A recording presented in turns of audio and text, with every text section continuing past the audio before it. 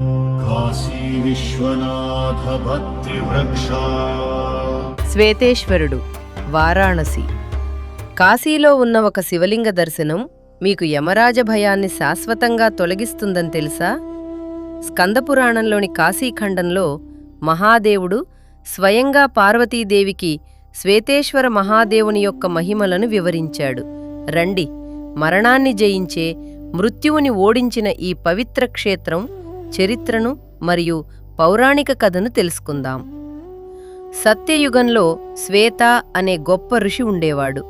అశాశ్వత సంసార ప్రపంచం మరియు మరణ భయంతో బాధపడుతూ మహాదేవుడిని ఆశ్రయించటానికి కాశీకి వచ్చాడు. అతను సంవర్తేశ్వరుడికి పశ్చిమాన 1000 సంవత్సరాలు కఠిన తపస్సు చేశాడు.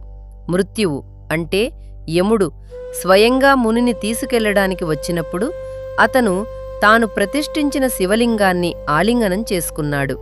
భక్తుడి పిలుపు విని మహాదేవుడు వచ్చి మృత్యువును కదలకుండా బంధించి శ్వేతమునిని మృత్యుంజయునిగా మార్చాడు. ఈ లింగాన్ని ఆశ్రయించిన వ్యక్తికి అకాల మరణ భయం ఉండదు. ఇక్కడ శ్వేతేశ్వరుని పూజించడం వల్ల వ్యాధులు, దుఃఖం మరియు పేదరికం నశిస్తాయి. భక్తితో ఇక్కడ తలవంచి పూజించే భక్తుడు చివరకు శివలోకాన్ని పొందుతాడు. మాఘశుక్ల చతుర్దశి రోజున పూజించటం ద్వారా 1000 అశ్వమేధ యాగాలకు సమానమైన పుణ్యం లభిస్తుంది.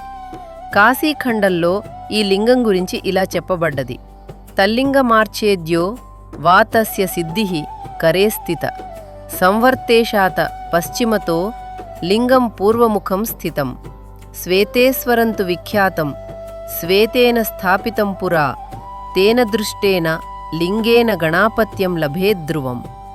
సంవర్తేశ్వరునికి పశ్చిమాన తూర్పుముఖంగా ఉన్న శ్వేతేశ్వర లింగం ఉంది. దానిని చూడటం ద్వారా గణానపత్య అంటే శివుని అనుచరులలో స్థానం పొందటం ఖాయం అని అర్థం. ఓం శ్రీ శ్వేతేశ్వరాయ నమః. కాశీ విశ్వనాథ భక్తి వృక్ష.